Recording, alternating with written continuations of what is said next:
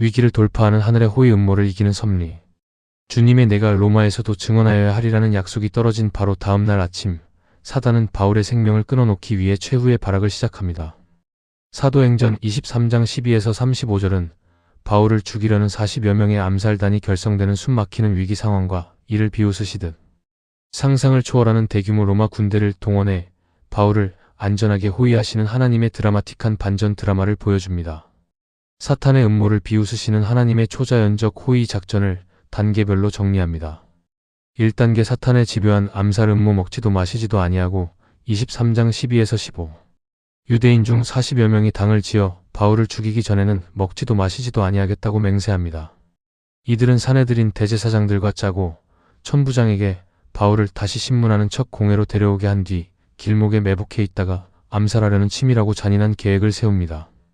영적 의미 사단은 천국 침노자를 무너뜨리기 위해 이토록 집요하고 결사적으로 움직입니다. 밥도 먹지 않겠다는 맹세는 복음의 전진을 막으려는 어둠의 권세의 광기를 보여줍니다. 그러나 악인들이 아무리 은밀하고 완벽한 음모를 꾸밀지라도 모든 것을 불꽃 같은 눈으로 감찰하시는 하나님의 시선을 결코 피할 수 없습니다.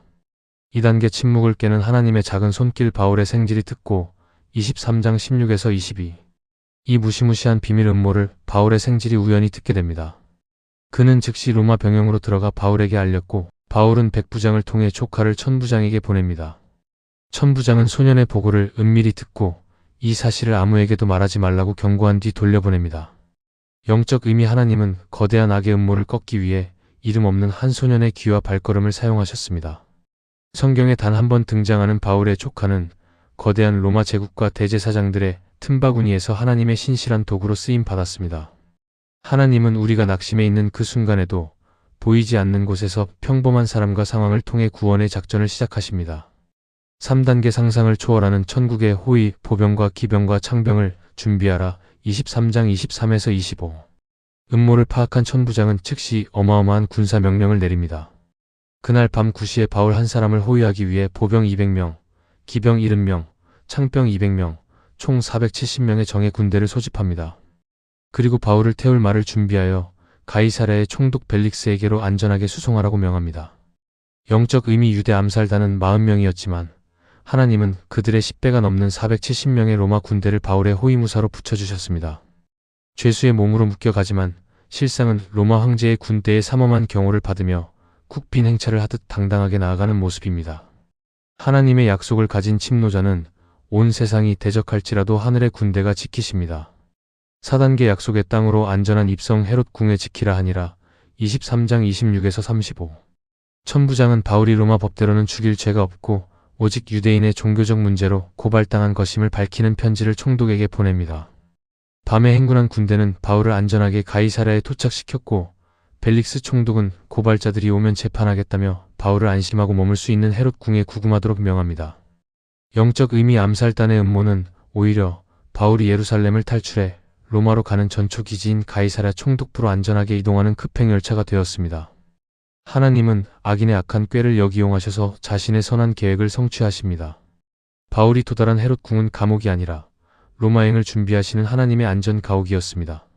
인간의 악한 모략 하나님의 주권적 섭리, 유대인 암살단 사탄의 음모, 동원된 인원 결사적인 암살단 40여 명, 사용한 도구 은밀한 매복, 거짓 신문 요청, 작전의 성격 생명을 죽이기 위한 밥줄 끄는 광기, 인간의 계산 길목에서 흔적도 없이 죽여버리자, 최종 결과 음모가 폭로되고 철저히 실패함, 하나님의 작전 하늘의 섭리, 동원된 인원 정예 로마 군대 470명 보병, 기병, 창병, 사용한 도구 이름 없는 소년 조카의 고발, 천부장의 행정력, 작전의 성격 생명을 살리고 사명을 완수하기 위한 호의, 인간의 계산 밤 9시 아무도 모르게 기병에 태워보내라. 최종 결과 바울이 가장 안전하게 가이사랴 헤롯 궁에 입성함. 하나님의 보호와 섭리를 신뢰하기 위한 영적 체크리스트. 원수의 위협 앞에 평안 나를 헤아려 하거나 억울하게 만드는 가시 같은 사람들이 사방에 도사릴 때 두려워하기보다 주님의 보호하심을 먼저 신뢰하는가? 작은 통로의 가치 하나님은 거창한 기적뿐 아니라 조카의 귀와 같은 사소한 우연과 평범한 사람들을 통해서도 일하심을 믿는가?